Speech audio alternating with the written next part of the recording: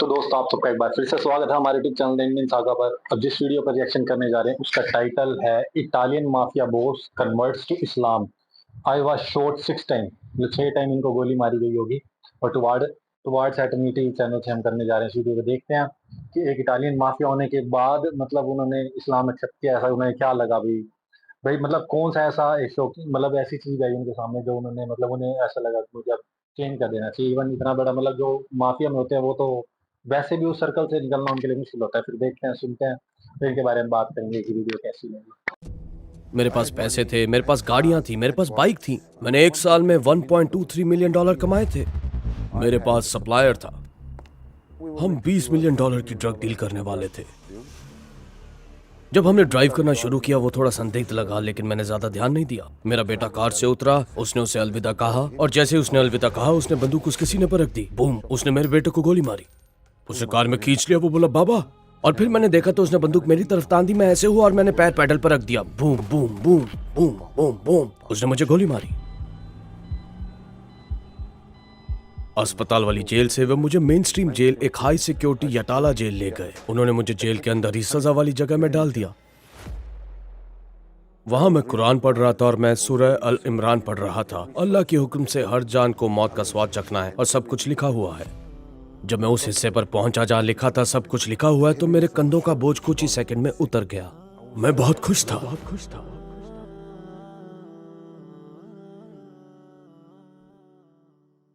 अस्सलाम वालेकुम brother wins फोकराली, हमारा निमंत्रण स्वीकार करने के लिए आपका बहुत बहुत शुक्रिया। हमें बहुत खुशी है कि आप हमारे साथ हैं। मैं शुरुआत में पूछना चाहता हूँ विंस फोकराली कौन है? क्या आप हमें जिंदगी के बारे में बता सकते हैं? अस्सलाम वालेकुम व रहमतुल्लाहि व बरकातहू। मैं बहुत विनम्र महसूस करता हूँ और आपके पॉडकास्ट में बुलाने के लिए शुक्रिया। मेरा जन्म इटली में सलेर्नो नामक शहर में हुआ था। तो जब मैं 6 साल का था मैंने अपनी जिंदगी की पहली हिजरत इटली से ऑस्ट्रेलिया, साउथ ऑस्ट्रेलिया एडिलेड की तरफ की। मैं 14 साल की उम्र से ही गैंगस्टर था। मैंने सबसे बेहतरीन लोगों के साथ उठना बैठना किया। जब मैं सबसे बेहतरीन कहता हूँ इसका मतलब नाइट क्लब के बॉस और बाकी सबसे है। मैं गैंग की दुनिया में शामिल रहा हूँ और इतना गहराई तक चला गया कि मैं एक पूरे स्टेट का बॉस बन गया, ऑस्ट्रेलिया के सबसे बदनाम क्रिमिनल बाइकर ग्रुप का। मैं बहुत बहुत सालों तक एक क्रिमिनल रहा हूँ, इतना हद तक कि मेरे सौतेले बेटे ने मेरी बाहों में ही दम तोड़ दिया। तो उसके बाद मैंने इस्लाम अपना लिया। तो इस्लाम से पहले आपकी जिंदगी आस्था के मामले में कैसी थी? आप किस पर विश्वास करते थे? मैं रोमन कैथोलिक था। मैं हमेशा ईश्वर पर विश्वास करता था। जेल में भी मैं प्रार्थना करता था। मैं क्रॉस बनाता था और प्रार्थना करता था। हम क्रॉस पहनते थे। माफिया भी बहुत धार्मिक होते हैं, विश्वास करें या ना करें। आप जानते हैं वो अपने गुनाह स्वीकार करने के लिए पादरी के पास भी जाते हैं। कुछ को गिल्ट होता है, लेकिन हमारे पास दोनों दुनिया थी। आप जाते और अपने गुनाह स्वीकार करते। वो आपको हेल मैरी पढ़ने को कहते और ऐसी बातें करते, और जैसे आप चर्च से बाहर निकलते आप वापस अपने पेजर पर होते। मैं तुमसे यहाँ मिलूंगा, वहाँ ड्रग्स बेच रहा हूँ। तो हमारे लिए क्रिश्चियन यानी रोमन कैथोलिक आस्था में ये संस्कृति और परंपरा थी। ऐसा ही होना ये हमारे डीएनए का हिस्सा था, आप समझ रहे हैं ना? और लोग इसे समझते नहीं हैं। हमें ये यकीन दिलाया गया कि अगर हम पादरी के पास जाएं, वो दरवाजा खोलते हैं, छोटी सी खिड़की खुलती है और आप कहते हो फादर मैंने गुनाह किया है, मैंने एक आदमी को गोली मारी, मैंने उसे नहीं मारा, मैंने ड्रग्स बेचे हैं, मैं बदलना चाहता हूँ, लेकिन जानते हो मैंने ये किया वो किया है। मेरे बेटे आने के लिए शुक्रिया, यीशु तुमसे प्यार करते हैं, 15 हेल मैरी पढ़ लो, ये कर लो। और कभी कभी आप बॉक्स में चैरिटी डाल देते और बस हो गया, बहुत आसान। और आप सोचते थे कि आपको माफ कर दिया गया।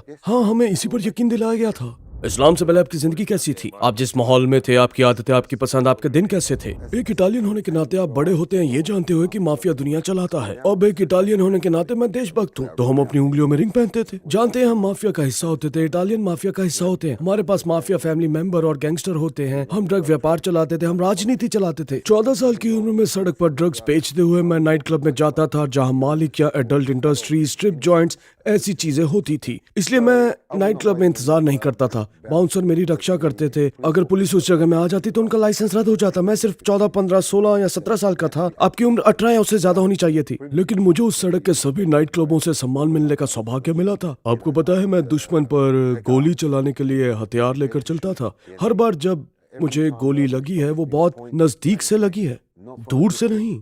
हाँ, हमेशा बेहद नजदीक से ही लगी है। तो मेरे सिर में यहाँ एक गोली फंसी हुई थी, तो वो उन्होंने काट कर निकाल दी। मुझे यहाँ गोली लगी थी, मुझे यहाँ भी गोली लगी थी, और ये यहाँ से होकर बाहर निकली। मुझे यहाँ से गोली लगी, 2 पसलियां टूट गई। वो मेरे दिल में जानी चाहिए थी, लेकिन वो मेरी छाती से बाहर निकल गई। एक गोली ने मेरी त्वचा को फाड़ दिया, लगभग मेरी रीढ़ की नसों के पास तक। मैं जिंदगी भर के लिए पैरालाइज हो जाता, लेकिन ऐसा नहीं हुआ। जब मैं झुका तो वो निकल गई। दूसरी यहाँ है, मुझे पैर में भी गोली लगी थी और मुझ पर गोली चलाई गई थी। और एक बार बम से भी हमला करने की कोशिश की, तो उन्होंने एक बम लगाया था। वो मेरे घर के आसपास बम लगाने की कोशिश कर रहे थे। जब उन्होंने बम निकाला और मैं कार से करीब 20 मीटर दूर था, रात में सुबह करीब 5 या 5:30 बजे उन्होंने कार से बम बाहर निकाला। जैसे उसने बम इस्लाम को छुआ, धमाका हो गया। तो मेरे पास पैसे थे, मेरे पास कारें थी, मेरे पास बाइक थी, मेरा अपना बिजनेस था, मेरे पास ड्रग्स थे, नाइट क्लब में इज्जत थी, लड़कियां थी और बाकी सब भी था। जितना भी चमक धमक आप सोच सकते हैं सब था। मैं अब उस लेवल पर पहुंच चुका था। ये अच्छा लगता था, ये गलत मत समझिए। वो एहसास अच्छा था, ताकतवर महसूस होता था और बाकी सब भी।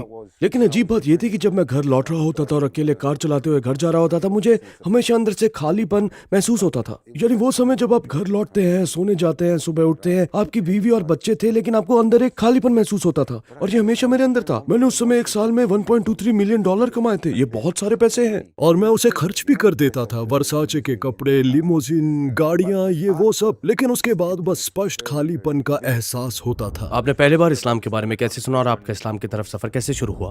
जब मेरा हेल्स एंजल्स के साथ झगड़ा हुआ तो मैं पर्थ के एक इराकी शख्स के साथ जुड़ गया। मेरा ख्याल है कि उन्हें स्कॉर्पियन किंग्स या कुछ ऐसा कहते थे। मुझे ठीक से नहीं पता, लेकिन उन्होंने मेरे बारे में सुना था और वो एडिलेड आकर मेरे साथ बिजनेस करना और हाथ मिलाना चाहते थे। अब मुझे पता है ये पागलपन लगेगा और ऐसा लगेगा जैसे मैं किसी गुफा में रहता रहा हूँ, लेकिन मुझे इस्लाम या मुसलमानों के बारे में कोई जानकारी नहीं थी। मुझे सच में नहीं पता था। तो ये अरब लोग आए। लंबी कहानी को छोटा करूँ तो जब वो आए और मेरे साथ मिले तो हमारे दुश्मन एक ही थे। हम एक नाइट क्लब गए जो पूरी तरह भरा हुआ था और कुछ चीजें होती थी, गोलीबारी, फायरिंग, लड़ाई झगड़ा।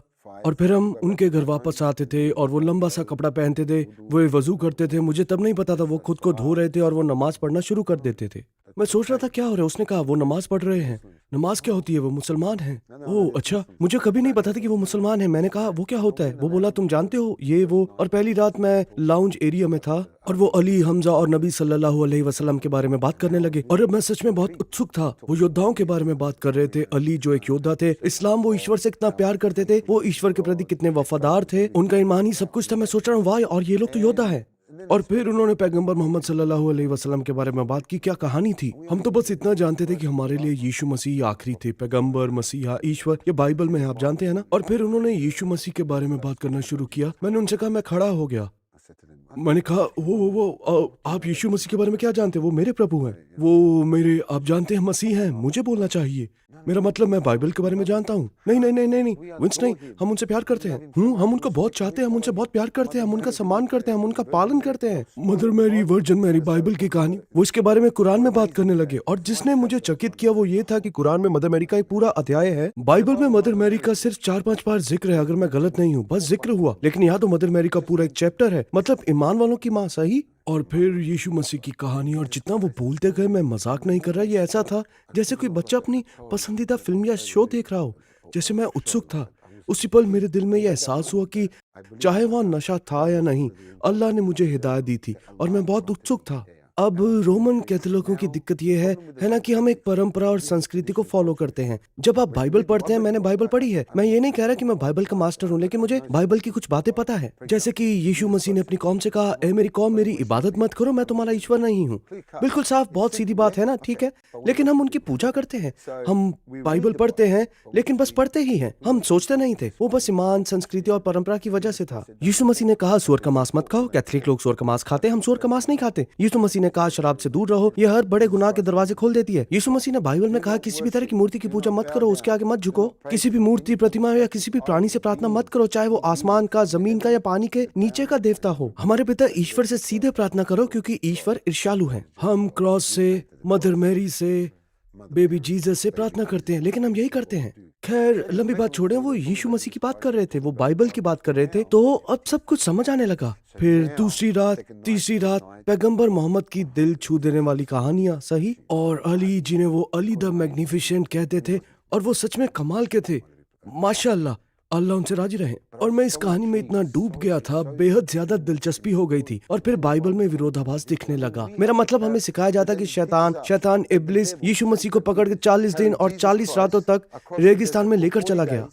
और फिर उसने यीशु मसीह से कहा, यही मेरा मतलब है बाइबल पढ़ने से, ठीक है। उसने कहा अपने ईश्वर के प्रति अपना ईमान छोड़ दो। ये उसने यीशु से कहा है ना, अपने ईश्वर के प्रति अपना ईमान छोड़ दो और अपनी वफादारी मुझे दे दो। क्या इससे वो खुदा या खुदा का पैगंबर बन जाता? आप समझ रहे हैं मैं क्या कहना चाहता हूँ? बाइबल में इतनी सारी बातें हैं जो बताती हैं कि यीशु खुदा नहीं थे। यहाँ तक कि यीशु ने कहा, मेरे पिता की इबादत करो, तुम्हारे पिता मेरे खुदा और तुम्हारे खुदा की। तो ये सारी बातें सामने आने लगी और मैं परेशान होने लगा, कैसे उन्होंने हमसे झूठ बोला।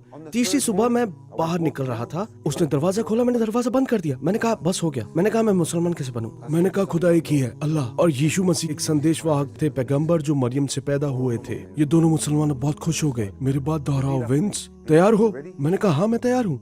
अशहदु अल्ला इलाहा इल्लल्लाह व अशहदु अन्ना मुहम्मद रसूलुल्लाह। मैं इसे दोहराता हूँ, ठीक है? अशहदु अल्ला इलाहा इल्लल्लाह व अशहदु अन्ना मुहम्मद रसूलुल्लाह। देखिए कितना लंबा है ना, लेकिन मैंने पहली बार में बिना गलती के बोल दिया, सच में जैसे नदी की तरह बह रहा था। मैंने उसे नहीं कहा रुको ये करो वो करो, उसने इसे रुक रुक कर नहीं करा है। उसने कहा अशहदु अल्ला इलाहा इल्लल्लाह, सब चलता रहा। वो बोला नहीं भाई तुमने कह दिया, मुझे गले लगाया, मैं तुमसे प्यार करता हूँ, तकबीर अल्लाह अकबर। मैंने कहा सच में क्या मैं मुसलमान हूँ? मैंने कहा अल्लाह अकबर। मैंने कहा और मुझे बस दो चीजें पता थी, अस्सलाम वालेकुम और अल्लाह अकबर। जब मैंने अपना सिर जमीन पर रखा, मेरी आंखों से आंसू बह रहे थे। मुझे एक सुकून महसूस हुआ, मुझे सच में अल्लाह की मौजूदगी महसूस हुई। मैं ऐसा नहीं लगना चाहता था कि मैं शिर्क कर रहा हूँ, मुझे माफ करना, लेकिन मुझे लगा कि वो मेरी देखभाल कर रहा था। और तभी मुझे एहसास हुआ कि हाँ अल्लाह वहीं था। क्या मुसलमान बनने के बाद आपकी पूरी जिंदगी अचानक बदल गई? आपकी जिंदगी का टर्निंग पॉइंट क्या था? क्या आपने ध्यान दिया इस वीडियो को देखते समय आपको कोई विज्ञापन नहीं देखना पड़ा? क्योंकि टुवर्ड्स इटर्निटी एक अलाभकारी संगठन है। हम ये वीडियो केवल आपके समर्थन से बना सकते हैं। यदि आप इस नेक काम का हिस्सा बनना चाहते हैं, टुवर्ड्स इटर्निटी को दान दें और इस सुनहरे अवसर को ना गंवाएं। क्या मुसलमान बनने के बाद आपकी पूरी जिंदगी अचानक बदल गई? आपकी जिंदगी का टर्निंग पॉइंट क्या था? तो मुझे कई बार गोली लगी है, कुछ बार 5 बार अलग अलग समय पर। आखिरी बार मेरे सौतेले बेटे की जान चली गई, उसे दिल पर गोली लगी। हम एक $20 मिलियन की ड्रग डील करने वाले थे। मैंने कहा था कि अगर ये काम ठीक से हो गया तो मैं उस जिंदगी से हमेशा के लिए बाहर हो जाऊंगा। $20 मिलियन बहुत बड़ा पैसा है। उस समय मेरा सप्लायर क्वींसलैंड से था, हम साउथ ऑस्ट्रेलिया में थे। उसकी इसे खरीदने में दिलचस्पी थी, लेकिन मुझे लगता है कि उसे ये सौदा करने में जरा भी दिलचस्पी नहीं थी। मुझे लगता है वो सिर्फ मुझे मारना चाहता था। तो उसने मुझे यकीन दिलाया कि हम डील के लिए बात कर सकते हैं। तो मैं उसे मिलने गया, उसे लेने गया, हम ड्राइव पर निकल गए। खैर जब हम गाड़ी चलाने लगे वो थोड़ा सा संदिग्ध लग रहा था, लेकिन मैंने खास ध्यान नहीं दिया। तो जब वो कार से उतरा, जब हमने उसे छोड़ा, तब पता चला कि वो मुझे मारने ही आया था। जब मैं उसे छोड़ने गया तो उसने कहा मुझे यहाँ पार्क एरिया के पास उतार दो। तो मैंने सोचा ठीक है ये सामान्य ही है। मेरा बेटा कार से उतरा, उसने उसे अलविदा कहा जैसे मैंने बताया था। उनको तो दोस्त होना चाहिए है ना। और जैसे ही उसने अलविदा कहा, उसने उसके सीने पर बंदूक रखी, उसने मेरे बेटे को गोली मार दी। मैंने तुरंत अपने बेटे को कार के अंदर खींच लिया। उसने कहा बाबा, फिर उसने बंदूक मेरे पर तान दी और मैं ऐसे झुक गया और पैर तुरंत पैडल पर रख दिया। Boom boom boom boom boom boom boom. उसने मुझे गोली मारी और मुझे महसूस भी नहीं हुआ कि मुझे गोली लगी। मुझे बस अपना बेटा याद आया, क्योंकि कॉर्नर ने कहा था कि वो उसी वक्त मर गया था। उसका चेहरा नहीं पहचान में आ रहा था, उसकी हरी आंखें। और तो जब मैं गाड़ी चला रहा था मैं उसका मुंह पकड़कर उसे दोबारा जिंदा करने की कोशिश कर रहा था, समझ रहे हैं ना। और मैं उसे वापस जिंदा करने की कोशिश कर रहा था और एम्बुलेंस को कॉल किया, क्योंकि मैं समय पर अस्पताल नहीं पहुंच सकता था। तो मैंने कहा देखो मुझसे बीच में मिलो। तो मैंने ऐसा ही किया और मैं उसे लगातार जिंदा करने की कोशिश कर रहा था। वो दिख रहा था वो मर चुका है, लेकिन आप जानते हो आपका एक हिस्सा इसे मानना नहीं चाहता। जब मैं एम्बुलेंस से बात कर रहा था तो मेरे मुंह से खून निकलने लगा। तो मैंने फोन नीचे रखा, माफ कीजिए। मैंने डैशबोर्ड पर हर तरफ खून थूका और थूकता ही रहा। अब जिस खून को मैंने थूका तभी मुझे एहसास हुआ कि मुझे भी गोली लगी है और वो मेरे फेफड़ों से आ रहा है। तो मैंने खुद को इस हालत में रखा कि या अल्लाह मुझे माफ कर दो, समझ रहे हैं। और मैंने अल्लाह से दुआ की। मैं सच में गिड़गिड़ा रहा था कि मेरे सौतेले बेटे के लिए ला इलाहा इल्लल्लाह स्वीकार कर ले, वो उसी पर दुनिया से जाए, उसे ये ला इलाहा इल्लल्लाह अता कर दें कृपया। क्योंकि उसकी मौत हो गई थी और मैंने अल्लाह से कहा मेरी हर गलती को माफ कर दे, कृपया मेरा ला इलाहा इल्लल्लाह भी स्वीकार कर ले। और मैं गाड़ी चला रहा था तभी एम्बुलेंस आ गई। मैं कार से उतरा ताकि अपने बेटे के पास जा सकूं। पुलिस ने मुझे रोक दिया, विंस प्लीज। तो मैं गिर पड़ा। अब मेरी पसलियों में दर्द शुरू हुआ। तभी मुझे एहसास हुआ कि मुझे पसलियों में भी गोली लगी है। तो उन्होंने मुझे एम्बुलेंस में डाला और अस्पताल ले गए। कोरोना ने बताया कि मेरे बेटे की मौत हो गई है, क्योंकि गोली सीधे उसके दिल के आर पार चली गई और उसने मेरे पिता की रक्षा करते हुए दम तोड़ा। वो मुसलमान था तो, और उस वक्त मैं गोलियों से भरा हुआ था। अस्पताल में मैंने अपनी पूरी कोशिश की। मैं जंजीरों से बंधा हुआ था और फोन पर कोर्ट से, ट्रायल से, सुप्रीम कोर्ट, डिस्ट्रिक्ट कोर्ट के जज से बात कर रहा था कि मुझे बेल दे दें ताकि मैं अपने बेटे के जनाजे में जा सकूं, उसे गुस्ल दे सकूं।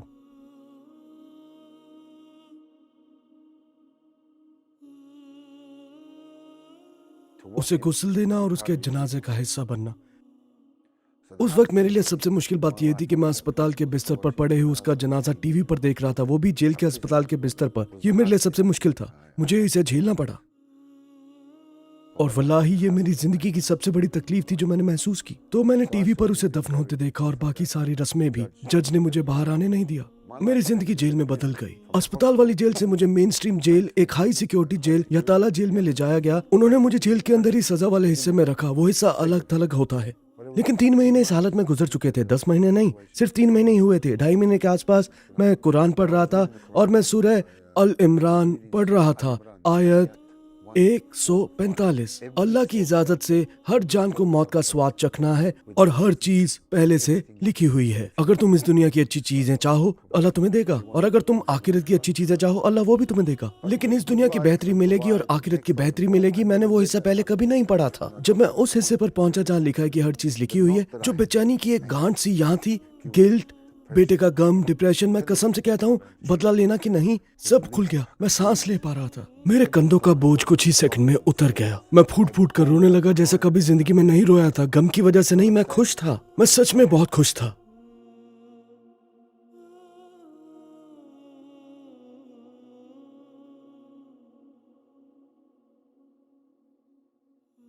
मैं सच में खुश था।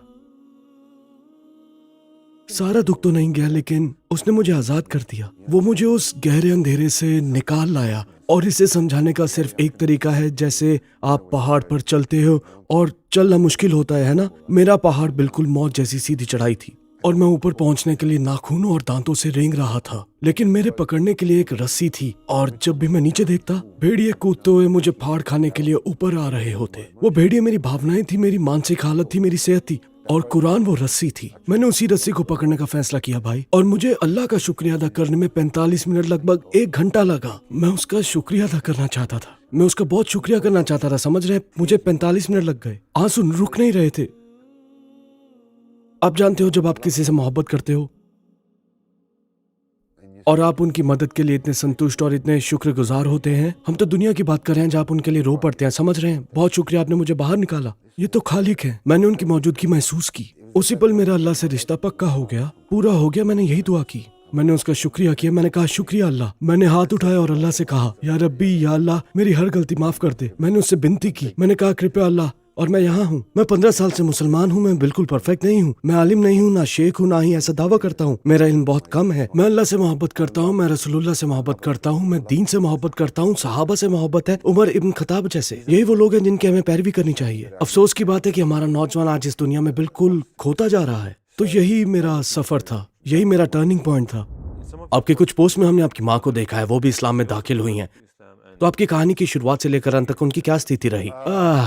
अरे आप खुद को रोक नहीं पाते, है ना? ये मेरे लिए बहुत संवेदनशील बात है, लेकिन मैं पूरी कोशिश करूंगा इंशाल्लाह। मेरी माँ, मैं इसे जितना जल्दी हो सके कह देता हूँ। मैं उनकी तस्वीर भी नहीं देख पाता। मैं उन्हें बहुत याद करता हूँ, लेकिन अल्लाह उन्हें जन्नतुल फिरदौस अता करे, आमीन। मेरी माँ और मैं बस सबसे अच्छे दोस्त थे। जब मुझे डिपोर्ट किया जा रहा था, डिपोर्ट होने से ठीक पहले मेरे पास उस हालत में 28 दिन बचे थे। लेकिन जब मुझे डिपोर्ट किया जा रहा था, मैं अस्पताल गया, डॉक्टरों के पास अस्पताल, और उन्हें स्टेज 4 कैंसर का पता चला। तो फिर जो वो स्पॉट्स थे वो बड़े होने लगे और आखिरकार वो फैलने भी लगे। तो मेरी माँ के मामले में मैंने डॉक्टर से कहा, उनसे उनके कैंसर के बारे में कुछ मत कहना। और फिर वो मलेशिया आई। मैं उन्हें अक्टूबर में मलेशिया लेकर आया। तो जब वो वहां आई, मैंने सोचा, वाह, मैं बहुत भावुक हो गया। मैं बहुत भावुक हो गया। मेरी माँ यहाँ है, ठीक है, मैंने बाइबल ली। माँ, बाइबल में लिखा है यीशु कहते हैं मेरी इबादत मत करो। उन्होंने कहा मेरी इबादत मत करो, मैं तुम्हारा प्रभु नहीं हूँ माँ। मैंने कहा क्या मुस्लिम उनकी इबादत करते हैं? उन्होंने कहा नहीं। तो फिर आप क्यों करती हैं? और मैं ये बात हर दिन कहता था। हर दिन मैं कहता, यीशु मसीह ने कहा है शराब मत पियो, सूअर का मांस मत खाओ। यीशु कैसे नमाज पढ़ते थे माँ? सब बाइबल से, इसका कुरान से कोई लेना देना नहीं, ठीक है? रोजाना यही होता था। और हर दिन मैं माँ से कहता, माँ, मैं आपसे मोहब्बत करता हूँ माँ, जज़ाकल्लाहु खैरन। और फिर आखिर में एक वक्त ऐसा है जब मैंने कहा,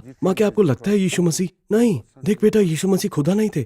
बूम, मेरा दिल, माफ करना, मैं भावुक हो रहा हूँ। और उन्होंने शहादा पढ़ लिया। आप यकीन नहीं करोगे, उन्होंने कहा अशहदु अल्ला इलाहा इल्लल्लाह व अशहदु अन्ना मुहम्मदन रसूलुल्लाह। बिना किसी गलती के मुझे यकीन ही नहीं हुआ। मैंने रिकॉर्ड कर रहा था, मैं रो रहा था और उन्हें रिकॉर्ड कर रहा था। देखिए अल्लाह उन्हें कितना चाहता था, इस हद तक कि वो मुसलमान बन गई और अल्लाह ने उन्हें उनकी मौत पर पूरा करम अता किया। वो नींद में बहुत सुकून से तहज्जुद के वक्त इस दुनिया से चली गई। फजर से ठीक पहले जुम्मे के दिन रमजान के आखिरी 10 दिनों में उनकी जनाजा की नमाज जुम्मे के दिन एक बिल्कुल नई मस्जिद में पढ़ी गई और उन्हें एक बिल्कुल नई कब्र में दफनाया गया। अगर भाई विंस ने इस्लाम कबूल ना किया होता तो आज वो क्या कर रहे होते? अगर मैं ईमानदारी से कहूँ तो या तो मैं कब्र में मरा पड़ा होता, किसी ने मेरी हत्या कर दी होती, या 30 साल से ज्यादा की जेल काट रहा होता, या उम्र कैद, क्योंकि उस जिंदगी में या तो मैं उसे मार देता या किसी और को। लेकिन अल्लाह अकबर, अल्लाह ने मुझे इस्लाम के लिए चुन लिया भाई। वल्लाही उसने मुझे अंधेरे से निकाल कर रोशनी में ला दिया और मुझे समझ, इल्म और हिकमत दी। कैसी जिंदगी है, मुसलमान की जिंदगी कितनी खूबसूरत है। वल्लाही वल्लाही। रसूलुल्लाह की किस बात ने आपको सबसे ज्यादा प्रभावित किया? नबी की हर चीज, हर मायने में, हर पहलू में सबसे ऊंचे और सबसे खूबसूरत तरीके से बेहद शानदार और लाजवाब है। इस धरती पर कोई ऐसा इंसान, कोई ऐसी मखलूक कभी नहीं बनाई गई जो उनसे ज्यादा मुकम्मल, खूबसूरत, रहमदिल और मोहब्बत करने वाली हो। एक सच्चा अच्छा इंसान बनने के लिए वही असली मिसाल है, असली रोल मॉडल। क्या हम उनके जैसे बन सकते हैं? नामुमकिन। लेकिन एक बात थी जो बाकी सब में सबसे ज्यादा अलग थी। मैं उनकी सीरत पढ़ रहा था, चांद के 2 टुकड़े होने वाली घटना, और मैं पढ़ता गया और वाह, बस उनकी उम्र से लेकर हर चीज, मतलब ऐसी कोई बात भी नहीं जो हमें गहराई से इतने भारी अंदाज में ना छुए। समझ रहे हैं ना? लेकिन एक बात थी जिसने मुझे इतना रुला दिया, जब वो अपनी मौत के बिस्तर पर थे। सोचिए, आप मरने वाले हो, बेहोशी में आते जाते हुए कैसा महसूस होता होगा। सोचिए, उन्होंने अपने साहबा से कहा, मुझे मेरे लोगों के पास ले चलो, मैं उनसे बात करना चाहता हूँ। और उन्होंने उनसे कहा, नबी आप नहीं जा सकते, आपकी तबीयत ठीक नहीं है, हालात ऐसे नहीं है। उन्होंने उन्हें रोकने की पूरी कोशिश की, लेकिन उन्होंने जाने की जिद की। और मुझे याद है जब मैं ये पढ़ रहा था, लिखा था कि साहबा उन्हें दोनों बाजुओं से सहारा देकर लिए जा रहे थे और उनके पैर जमीन पर घिसट रहे थे, वो चल भी नहीं पा रहे थे। देखो, अपनी उम्मत के लिए उनके दिल में कितनी मोहब्बत थी। मुझे तो उल्टी सी लगती है तो मैं बिस्तर से भी नहीं उठ पाता। आप जानते हो वो कितना बुरा एहसास होता है। ये शख्स, ये खूबसूरत नबी, ये अल्लाह की मखलूक, चाहे वो जैसा भी महसूस कर रहे थे, वो अपने लोगों से आखिरी दफा बात करना चाहते थे। तो जब मैंने पढ़ा कि उनके पैर घिसट रहे थे, सोचो उन्हें इसी हालत में लोगों के सामने लाया गया, तो मैं जोर जोर से रो पड़ा। उन्होंने रसूलुल्लाह के लिए वो सब कुर्बान किया जिसे आप सोच भी नहीं सकते। साहबा ने अल्लाह के लिए और इस उम्मत के लिए ऐसी ऐसी बातें कुर्बान की जो आप कल्पना भी नहीं कर सकते। तो हमें उनका शुक्रगुजार होने के लिए क्या करना चाहिए, आप जानते हैं। तो वही हिस्सा था, सब कुछ मुझे छू गया, लेकिन उस हिस्से ने मुझे सबसे ज्यादा प्रभावित किया जब नबी मोहम्मद वो पहले शख्स थे जिन्होंने अस्सलाम वालेकुम कहा था, और आप उनकी दाढ़ के पीछे का हिस्सा भी देख सकते थे। लेकिन जब वो अल्लाह की राह में मैदान में लड़ रहे होते थे तो वो बिल्कुल शेर जैसे थे, एक सच्चे मुजाहिद। समझ रहे हैं? खालिद बिन वलीद, हमजा इस्लाम के शेर, फिर अली, हुसैन, हसन, अबू उबैदा, उमर बिन खत्ताब, उस्मान, अबू बकर, सबको देखो। कम ऑन, क्या हम सच में हॉलीवुड और म्यूजिक इंडस्ट्री को फॉलो कर रहे हैं? ये है असली लोग, खुदा। और बहुत से नौजवान हैं जो उस लाइफस्टाइल को देखकर बड़े होते हैं जो लाइफस्टाइल पहले आपकी थी। आप उन लोगों से क्या कहना चाहेंगे जो इस दुनिया में ही खुशियां तलाश करते रहते हैं?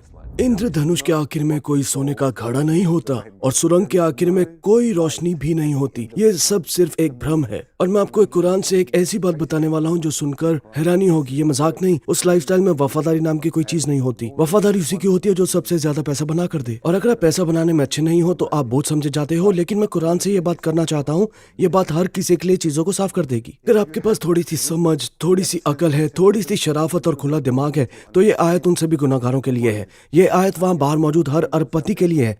ये आयत हर राजा के लिए है और उन सब के लिए जो जुल्म झेल रहे हैं, और उनके लिए भी जो पैसा कमाना चाहते हैं, चाहे उस लाइफस्टाइल में हो या नहीं, पर जो इस राह में जाना चाहते हैं। मैं आपको ये आयत बताता हूँ। अल्लाह कुरान में फरमाता है, और ये बात सीधे उन्हीं लोगों को संबोधित है, अगर तुम कयामत के दिन दुनिया की सारी दौलत लेकर भी मेरे पास आओ। अब सोचिए, अल्लाह कह रहा है दुनिया की सारी दौलत लेकर भी अगर तुम कयामत के दिन मेरे पास आओ और उसे फिरौती की तरह पेश करो, कृपया अल्लाह मुझे जन्नत दे दो या मुझे दोबारा मौका दे दो। अल्लाह कहता है इसका कोई फायदा नहीं। आज हिसाब किताब का दिन है, तुम्हारा सब कुछ खत्म। तो हम किसके पीछे भाग रहे हैं? तुम किस पैसे के पीछे भाग रहे हो? आपको कितने मिलियन चाहिए? आपको कितने बिलियन चाहिए? कौन सी फरारी चलाना चाहते हो? तो भाई, अभी आप कौन से प्रोजेक्ट कर रहे हैं? मेरी एनजीओ का नाम सहाबा है, जिसका मतलब है नबी सल्लल्लाहु अलैहि वसल्लम के साथियों का समूह।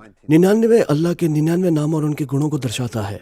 और हमारी टी शर्ट के पीछे वो हदीस लिखी है जिसका मैंने आपको पहले जिक्र किया था कि तुम में से सबसे बेहतरीन वो हैं जो इंसानियत को सबसे ज्यादा फायदा पहुंचाते हैं। तो हम कोशिश करते हैं कि वो किक बॉक्सिंग, मुई थाई बॉक्सिंग करें और सेल्फ डिफेंस सीखे। हम चैरिटी भी करते हैं, वगैरह वगैरह। हम हर तरह से मुस्लिम कम्युनिटी के लिए खड़े होते हैं। दीन ही उनके लिए सब कुछ है, हमारे लिए भी। फिलिस्तीन के लिए हम काम करते हैं, मतलब वहां तक फूड ट्रक पहुंचाते हैं। बस यही सब काम हम करते हैं। जो लोग स्पेगेटी पास्ता पर केचप डालते हैं, आप उनके साथ क्या करना चाहेंगे? खैर, मैं उन लोगों के साथ वही करना चाहूंगा जो केचप, स्पेगेटी, बोलोग्नीज पास्ता की प्लेट पर डालते हैं। उन्हें उम्र भर के लिए गिरफ्तार कर लो और चाबी फेंक दो। उन्हें गिरफ्तार करो, शायद उनका चेहरा ही केचप में डुबो देना चाहिए। नहीं नहीं नहीं, उन्हें जिंदगी भर के लिए जेल में डाल दो। क्या ये जुर्म है? हाँ, पूरा जुर्म है। पिज्जा पर पाइनएप्पल तो मत डालो, कम से कम इटली में तो नहीं। और इटली में अपनी सॉस पर केचप भी मत डालना, ठीक है? अब मेरा मानना है कि उन्हें किसी संस्थान में बंद कर देना चाहिए, शायद जेल भी नहीं बल्कि किसी मानसिक संस्थान में, यह समझने के लिए कि आखिर उनके साथ दिक्कत क्या है। भला कोई स्पेगेटी की प्लेट पर टोमेटो सॉस कैसे डाल सकता है जहां शेफ ने लहसुन को बारीक काटा है, ऑलिव ऑयल पैन में डाला है, उसे टमाटर पेस्ट के साथ कैरमलाइज होने तक सिजल किया है ताकि उसकी खटास निकल जाए, ताकि आपको जलन ना हो। फिर उसमें बेसिल डालता है, फिर सॉस, फिर नमक और बाकी सारी सामग्री, और फिर 20 मिनट की इस प्रोसेस के बाद और उससे 20 मिनट के बाद वो उसे और 30 मिनट पकाता है, और उस सॉस का सही स्वाद लाने के लिए और वो बीच बीच में चक्कर उसका फ्लेवर ठीक करता है। इतनी मेहनत करता है और आप आते हो एक टमाटर पेस्ट लेकर जिसमें चीनी मिली होती है और उसे स्पेगेटी के ऊपर डाल देते हो। जिंदगी भर की झेल, बस यही। और जो पिज्जा पर पाइनएप्पल डालते हैं उन्हें किसी खेत में कम से कम 15 साल के लिए पत्थर तोड़ने भेज देना चाहिए। पिज्जा पर फल, या अल्लाह। क्या आप इटालियन में कुछ कहना चाहेंगे, क्योंकि आपकी इटालियन पृष्ठभूमि है? मेरी इटालियन इतनी अच्छी नहीं है, लेकिन मैं अपनी तरफ से पूरी कोशिश करता हूँ। समझ रहे हैं ना? सबसे पहले मैं सलाम कहना चाहता हूँ काविदी त्रिनी सालेर्नो अपने परिवार को, Focarelli Savastani, many kisses to all of you. आप सबको बहुत सारा प्यार और दुआएं। और जो इटालियन इटली में है उनके लिए, जिनके पास दिमाग में समझ बूझ है, रोमन कैथोलिक धर्म को भूल जाइए, इस ईसाइयत को भी छोड़ दीजिए। पूरे सम्मान के साथ कह रहा हूँ, एक कुरान उठाइए, उसे पढ़िए और मुसलमानों की जिंदगी के करीब आइए, और आप देखेंगे कि आपकी जिंदगी हमेशा सुकून में रहेगी। मेरे सारे परिवार वाले, मेरे सारे दोस्त जो इटली में हैं, मुस्लिम बन जाइए। तकबीर, अल्लाहू अकबर।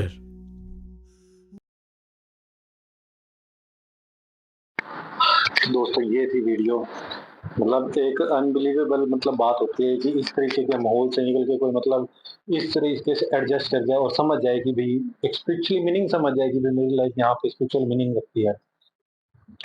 क्योंकि जिस हिसाब से वो माहौल रहा होगा और जिस हिसाब से इनका वो मतलब समझ रहे हो ना, एक तो आपको वो माहौल अपने आप से बाहर ही नहीं निकलने देता।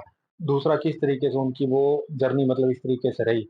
और ख़ास तौर पे जब इन्होंने मोहम्मद साहब की बात करी तो हम भी आज दिन में बात ही कर रहे थे कि भई सेम ऐसी बात कर रहे थे यार कि मोहम्मद साहब के बारे में क्या बात अच्छी लगी। आज दिन में यही बात कर रहे थे हम कि भई कैसे-कैसे भई जगह-जगह पे जैसे भी जैसे नबी कहते हैं, माफ़िज़ कहते हैं, आए हैं सब कुछ ये इस बारे में बात कर रहे थे।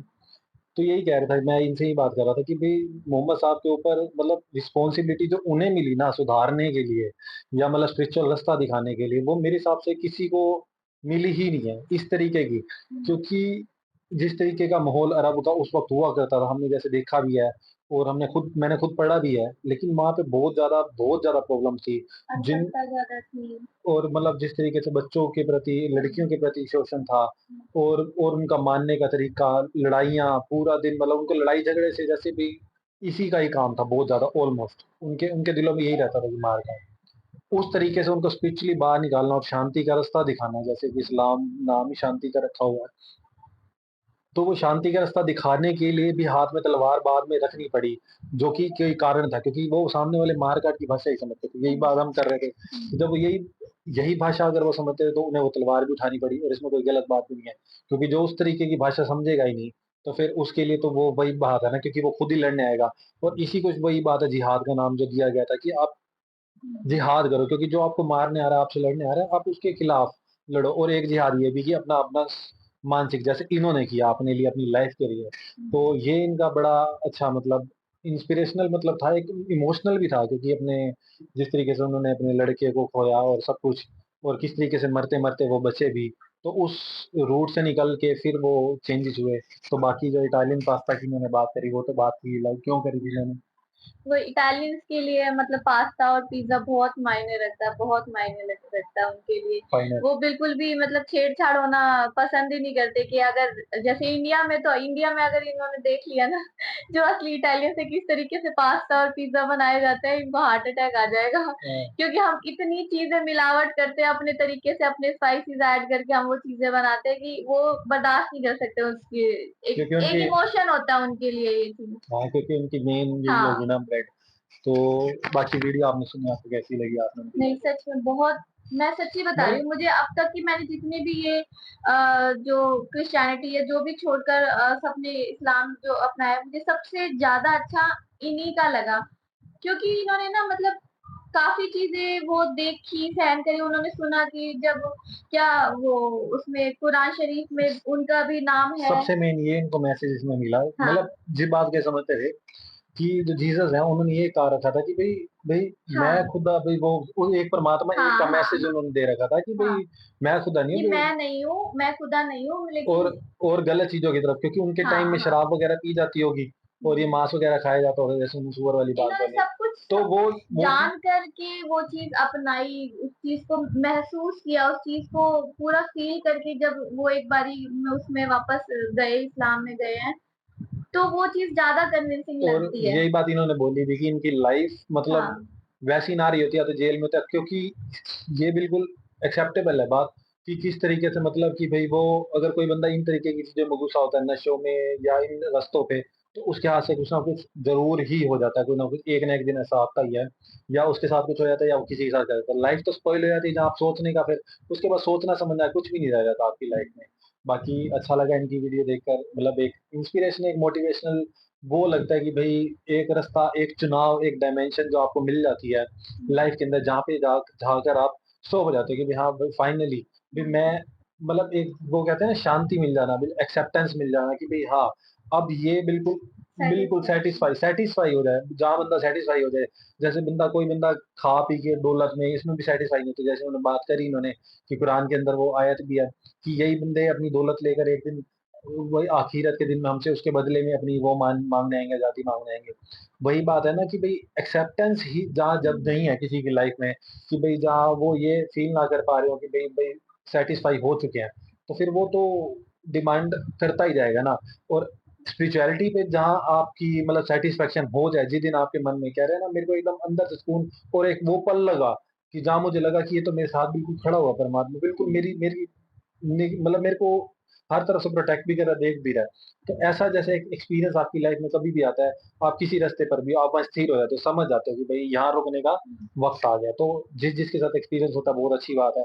और एक्सपीरियंस मैं तो कहता हूँ सबके साथ हो, जैसे उन्होंने भी कहा था कि सबके साथ हो, एक एक्सपीरियंस ऐसा जरूर होना चाहिए कि जहाँ उसे परमात्मा की एहसास होने का बिल्कुल एक झलक का महसूस हो जाए और वहीं वो एक्सेप्टेंस में आ जाए। तो अभी के लिए इतना काफी है, लाइक शेयर शेयर कर देना और हमें थोड़ा जरूर रखना। मिलते हैं जल्दी नेक्स्ट वीडियो में, हम सीरीज के साथ ही आएंगे। अब जैसे मम्मी पापा कल आ जाएंगे तो कल हम फिर वो सीरीज करेंगे फुरकान कुरैशी। और मैंने अर्तुगरुल सीरीज के भी मैंने एपिसोड डाले हैं, अभी भी ब्लॉग कर रहा है, मैंने एडिट करके भी डाले, अभी भी ब्लॉग कर रहा है वो। और मैं तरीके से करके देखूंगा जिसमें आपको दिखे भी सही सब कुछ, तो प्रॉब्लम ना है वो नहीं हो पा रही। और एक दो सीरीज और भी मैंने करके देखी है, वो भी नहीं हो पा रही, डाल अपलोड करके कई तरीकों से देख रहा हूँ। ब्लॉकेज ही खोल देना, चाहे वो कॉपीराइट पड़ा रहे, मेरे को कोई प्रॉब्लम नहीं है, लेकिन ब्लॉक ही कर रहे हैं तो मैं अभी कुछ नहीं कर पा रहा। बट फुरकान कुरैशी और बाकी जो दूसरी सीरीज है कुछ जो हम कर सकते हैं वो तो हम करेंगे। तो अभी के लिए इतना काफी है, मिलती जल्दी नेक्स्ट वीडियो में, बाय।